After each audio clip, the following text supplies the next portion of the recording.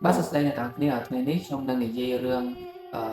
các cầm băng mùi tiền với tôi bắt tay channel bọc nhóm để dây thì rương hạt cầm băng đại vía miên ti bánh chóc đâu thành chọn vận tải bởi dương cựcបន្តិចគឺនៅតែមានបង្កប់នៅតម្លៃអប់រំក្នុងរឿងថ្ងៃនេះខ្ញុំនឹងនិយាយពីរឿងមួយដែលតកតងជាមួយនឹង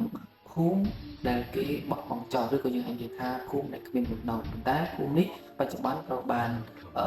គេកែច្នៃឲ្យក្លាយទៅជាតំបន់ទេសចរណ៍ដែលមានអ្នកទេសចរ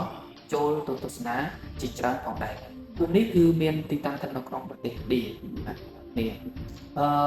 ខ្ញុំនិយាយពីរឿងហេតុអីបានជាក្លាយទៅជាភូមិដែលគ្មានមនុស្សនៅតាពិត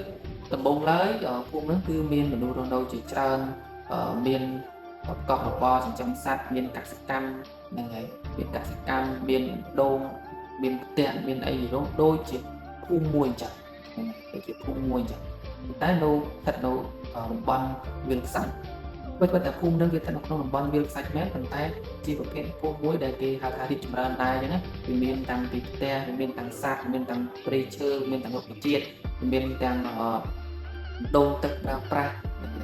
មានមេភូមិមានប្រធានភូមិអីទៅហ្នឹងហើយមានប្រុសមានមនុស្សស្រីអញ្ចឹងទៅថ្ងៃមួយមន្ត្រីជាន់ខ្ពស់របស់ឌីម្នាក់គាត់បានលួចស្រឡាញ់កូនស្រីមេភូមិហ្នឹងហើយតែងតែលោបចូលទៅក្នុងភូមិហ្នឹងអញ្ចឹងទៅដើម្បីទៅតាមស្រឡាញ់កូនស្រីមេភូមិហ្នឹងអញ្ចឹងណាប៉ុន្តែកូនស្រីមេភូមិហ្នឹងគឺអត់ស្រឡាញ់បុរសដែលជាមន្ត្រីជាន់ខ្ពស់ទេអត់ស្រឡាញ់ទេហើយក៏មេភូមិនោះក៏គាត់មិនព្រមលើកកូនស្រីទៅឲ្យទៅបុរសដែលជាមន្ត្រីជាន់ខ្ពស់ដែរដោយសារអីមន្ត្រីជាន់ខ្ពស់នោះគឺមានប្រវត្តិមិនល្អទេហ្នឹងហើយមានប្រវត្តិមិនល្អទេគឺរបៀបថាបុរសដែលល្មមស្រីអញ្ចឹងណានឹងក៏ដឹងប្រវត្តិអញ្ចឹងទៅគាត់អត់ព្រមលើកូនស្រីរបស់គាត់នោះឲ្យទៅបុរសដែលជាមន្ត្រីជាន់ខ្ពស់ឥណ្ឌានោះទេតោះមកមន្ត្រីជាន់ខ្ពស់របស់ឥណ្ឌានោះគឺខឹងខ្លាំងណាស់ខឹងដែលអត់ព្រមលើកកូនស្រីមកឲ្យខ្លួនអញ្ចឹងណាគាត់ចាប់ដើមធ្វើយុទ្ធនាការដាក់ពន្ធនាគារដាក់ពន្ធសន្ទុះមិនពន្ធនាគារដាក់ពន្ធអាករទៅលើអ្នកភូមិនោះមានការរឹបអូសទ្រព្យសម្បត្តិមានអីអញ្ចឹងណាហ្នឹងហើយអញ្ចឹងទៅក៏នៅយុគមួយជាជនទាំងអង្គហ្នឹងក៏នាំគ្នាសម្រេចចិត្តចាក់ចូលភូមិហ្នឹងទាំងយុគទាំងបដិយុគហ្នឹងហ្នឹងហើយចុះនៅតែអីទៀតរកស៊ីដាក់ពន្ធរឹបអូសទ្រព្យសម្បត្តិគ្នាហើយមេភូមិមិនព្រមលើកកូនស្រីឲ្យទៅគាត់មិនព្រមឲ្យកូនស្រីគាត់ទៅទេទៅនោះក្រក់ទេអញ្ចឹងគាត់មិនសម្រេចចិត្ត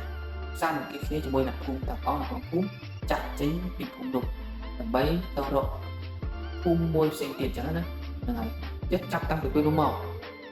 ភូមិនោះក៏គ្មានមនុស្សនៅទេហ្នឹងហើយអត់មានមនុស្សនៅទៀតទេហើយគេតែងតែនិយាយថានៅពេលយប់ឡើងគឺមានសំឡេងសើចមានសំឡេងច្រៀងហ្នឹងហើយមានសំឡេងក្មេងៗរត់លេងមានស្រាប់ជើងដើរហ្នឹងហើយមានសំឡេងសត្វពេលយប់ហ្នឹងគេគិតថាមានវិញ្ញាណឬក៏មានខ្មោចរស់នៅក្នុងភូមិហ្នឹងហើយអ្នកដតីឬក៏អ្នកក្រៅមកទៅព្យាយាមចូលទៅរស់នៅក្នុងភូមិហ្នឹងក៏ឃើញភូមិហ្នឹងស្អាតចឹងណាតែក៏ព្យាយាមចូលទៅរស់នៅប៉ុន្តែរស់នៅអត់បានយូរទេរស់ចូលទៅរស់នៅដឹងថាបានមួយយប់ពីរយប់ដឹងថាដាក់មេក្រូចចេញក្រៅមកវិញហើយហ្នឹងហើយអញ្ចឹងរឿងហ្នឹងគឺវាមានតែប៉ុណ្្នឹងទេអ្នកនរគ្នាហើយក៏តមកក៏វាយូរទៅក៏វារៀងសាបអញ្ចឹងរៀងសាបហើយក៏ជនជាតិឥណ្ឌាឬក៏មន្ត្រីចាន់ពួកឥណ្ឌាហ្នឹងក៏បានកែច្នៃទៅភូមិនោះដូចជាតំបន់ទេសចរមួយនៅជាតំបន់ទេសចរមួយដែលបានតាក់ទាញភ្ញៀវទេសចរជាច្រើនបានចូលទៅទស្សនានៅទីនោះផងដែររឿងហ្នឹងគឺត្រូវបានគេរក្សាជាអត្ថបទគឺមិនបានបង្ហាញឈ្មោះ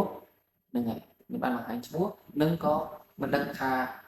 អ្នកភូមិឬក៏អ្នកស្រុកនោះភៀសខ្លួនចេញពីភូមិនោះទៅរស់នៅក្នុងតំបន់ណាទៀតក៏អត់បានបញ្ជាក់ដែរអរគុណច្រើនអ្នកនរគ្នាដែលបានចូលទស្សនាវីដេអូរបស់ខ្ញុំហើយអ្នកដែលអត់ទាន់បានចុច Subscribe នៅ Channel របស់ខ្ញុំអាចជួយចុចបន្ថែមទៀតដើម្បីជាកម្លាំងចិត្តដើម្បីឲ្យខ្ញុំបានមានកម្លាំងចិត្តដើម្បីអាចនិយាយពីរឿងអាថ៌កំបាំងនេះឲ្យអ្នកនរគ្នាជាបន្តទៀតសូមអរគុណ